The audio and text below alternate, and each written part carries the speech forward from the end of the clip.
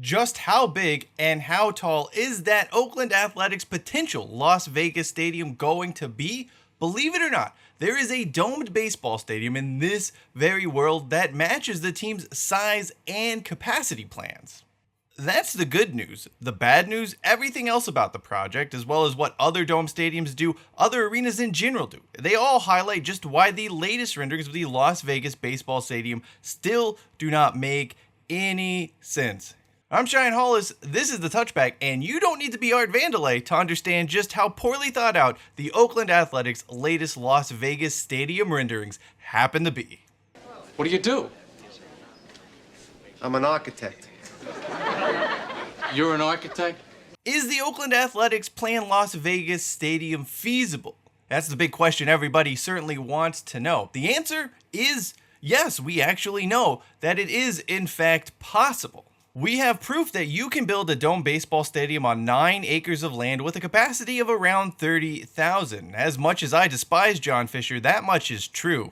To get a glimpse of that reality, we travel all the way to Japan and a venue I've actually been to in person, the Seibu Dome, or I guess today it's known as the Belluna Dome. Located to the west of Tokyo and home to the Saitama Seibu Lions, this facility began life as an outdoor baseball stadium before a roof was placed over the top of it in the late 1990s. That allowed the facility to host all types of non-baseball events as well, including the finals of the G1 Climax 24. A moment in history when Tetsuya Naito was still known as the Stardust Genius. Odd times indeed.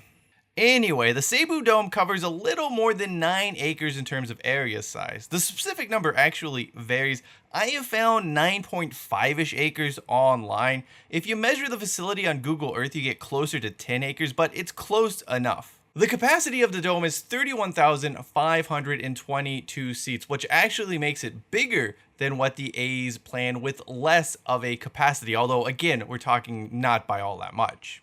This though brings us to the huge discrepancy between the Seibu Dome and what the Athletics have planned for Las Vegas.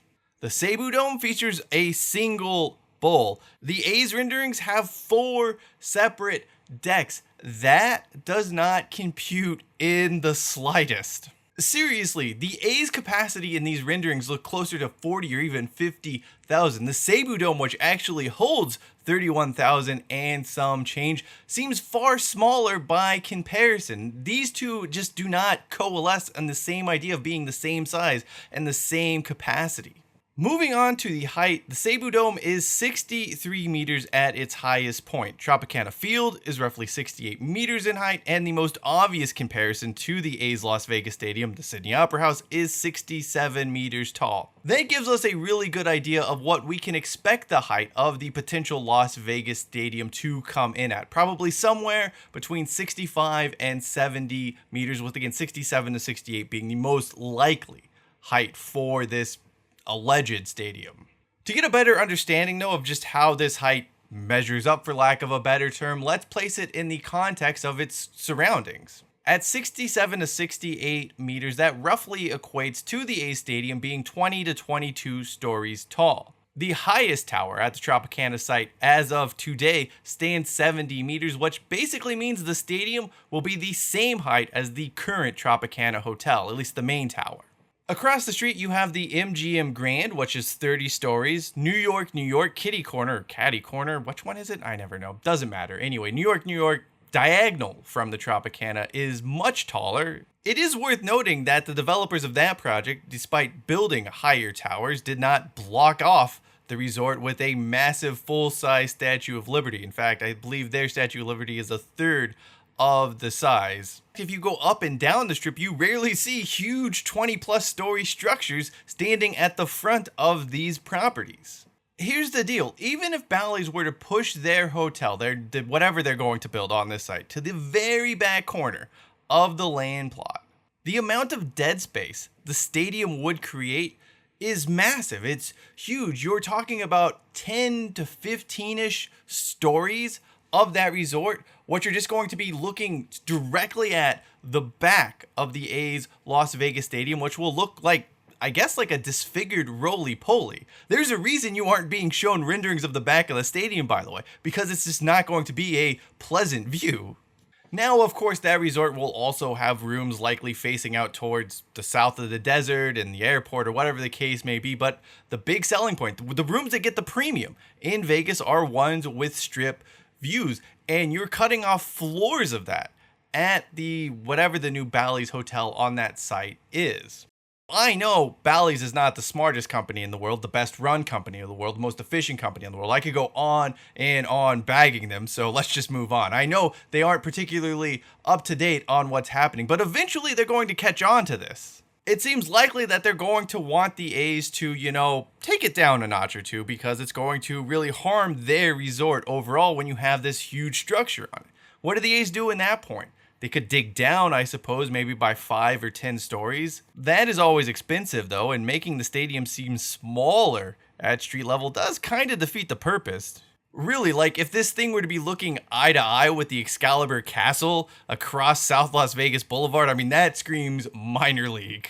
Can the Oakland Athletics build a stadium on this site, on this plot of land that matches the size and capacity requirements they have pitched everyone? Sure, yes, that's possible. We know that's possible because it was done at the Seibu Dome in Japan. Of course, as any parent in America will tell you, can and should are two very different things. I can go spend $7 on a Little Caesars pizza, but that doesn't mean I should, because let's be real, it's not very good. Look, who am I fooling? I will happily eat those poorly constructed $7 circles of grease. It is what it is. That doesn't mean, though, that the Las Vegas Stadium for the Athletics makes sense. Far from it, in fact. In addition to the trouble Bally's will have building around it, the bigger question is, how the hell are 33,000 people getting into and out of this thing 81 different times a year? You will notice the Seibu Dome, the A's contemporary as far as size and height is concerned, isn't built around anything. In fact, there's a train station next to the stadium because everything is about people flow. Everything's about people management, making sure there isn't this huge crush of individuals, of folks at any given moment in time. Essentially, the A's want to build a bigger venue, a higher capacity venue than either the Chase Center or T-Mobile Arena, but to do so on a smaller plot.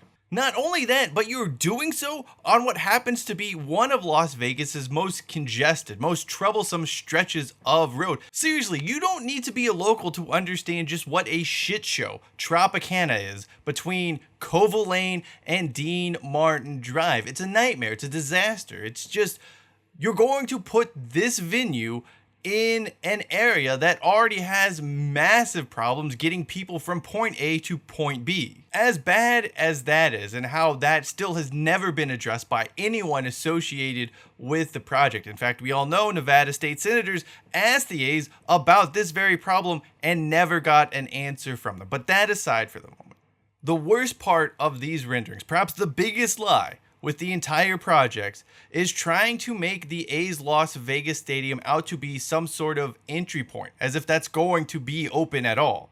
It's not. There's no way Bally's allows that to happen. I'm not going to say they're putting up some chain link fence to keep people out or to drive folks or divert folks to somewhere else. But we all know it's going to be near impossible to get around that stadium without stepping foot into the Bally's casino.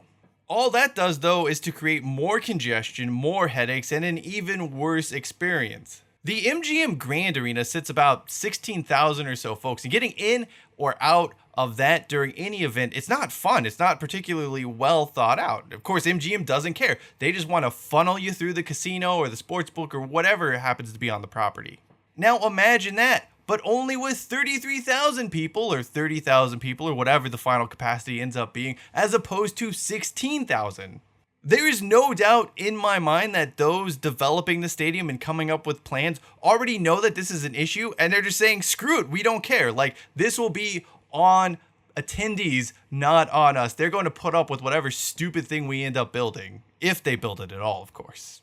Even if we have a rough idea of the size and height of the A's Las Vegas Stadium, it still does not make any sense, and all the latest renderings do is prove that the team, Bally's, and those designing the damn thing do not have a grasp on what it actually should be.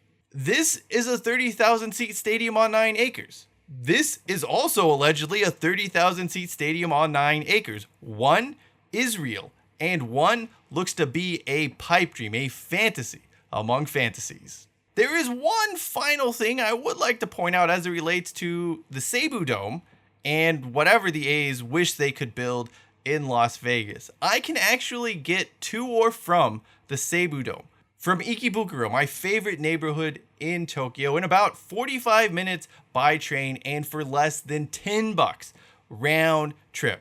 It is a seamless, painless experience getting to a Seibu Lions game, even if you happen to be 25 so miles away in Tokyo. How long and frustrating, not to mention expensive it'll be with parking fees, is it going to be for locals to make their way to this Las Vegas stadium? Think about that. But hey, for those locals, maybe it's all worth it to watch some no-name reliever they've never heard of and who will never play for another MLB team again barf up 4 earned runs in a losing effort as John Fisher is able to tick off another day on his countdown for when he can sell the team without that pesky flip tax in his way. For all of you Oakland haters or the Las Vegas bots that eventually make their way into these comment sections thinking this is a done deal, thinking Fisher's got his stadium and the A's are moving to Las Vegas, let me quote Tetsuya Naito for you. Tranquilo, sinayo. Thank you for watching this video. I am Shine Hollis. This is the Touchback #sell a team, #take it out to the 25.